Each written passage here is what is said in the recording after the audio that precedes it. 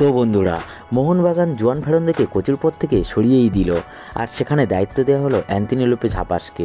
কিছুদিন ধরেই এই নিউজটা ঘোরাঘুরি করছিল যে হাবাসকে নিয়ে আসতে পারে এবং জুয়ানকে সরিয়ে দেওয়া হতে পারে, আর সেটাই সত্যি হয়ে গেল। আর এটা তো হবারই ছিল, কারণ এত টাকা খরচ করে এত ভালো টিম বানিয়েও লাস্ট 3 ম্যাচে যেভাবে হেরেছিল মোহনবাগান আইএসএলে, তাতে আমাদের মতো ফুটবলাররা অবশ্যই চাইছিলাম যে জুয়ানকে কোচের পদ থেকে সরানো হোক, আর সেটাই হলো। আর তাই আবার হাবাসকে কোচ হিসাবে মোহনবাগানে ফিরিয়ে এনেছে। এখন দেখার হাবাস এই টিমকে জয় রাস্তায় নিয়ে আসতে পারে কিনা। এএফসি কাপে বসুন্ধরা কিংসের বিরুদ্ধে মোহনবাগানের হারের পর থেকে জুয়ানকে সরিয়ে দেওয়ার আর্জি জানিয়েছিল সমর্থকেরা। বাংলাদেশের মতো একটা ক্লাবের কাছে মোহনবাগানের এই হার সমর্থকরা মেনে নিতে পারেনি। সেই সময় তাকে সরানো হয়নি, কারণ সে তখন আইএসএলে অপরাজিত একটা টিম ছিল। কিন্তু যখন আইএসএলে হারের হ্যাটট্রিক করলো, তখন তার বিদায় ঘণ্টা বাজতে পারে এরকম একটা আশা করেছিলাম।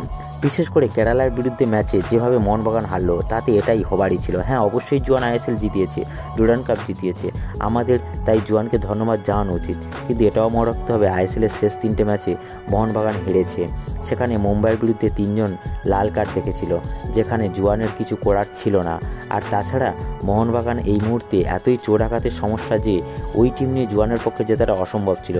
তাই সব দোষ জুয়ানের নয়, কারণ জুয়ান যেসব প্লেয়ারদের নিয়ে মাঠে নামাবে বলে তার স্ট্র্যাটেজি ঠিক করেছিল, তারা যদি চোট আঘাতে বেশিরভাগ প্লেয়ার প্রথম 11-এ না আসতে পারে, তাহলে জুয়ান কাদের নিয়ে টিম বানাবে। তো বন্ধুরা, এই নিয়ে তোমাদের মতামত অবশ্যই কমেন্ট বক্সে জানাতে ভুলবে না। আর সবাইকে অনুরোধ করবো, আমার এই চ্যানেলটিকে লাইক ও সাবস্ক্রাইব করে রাখুন, এরকম আপডেট আরও দিতে থাকবো। তো বাই বাই।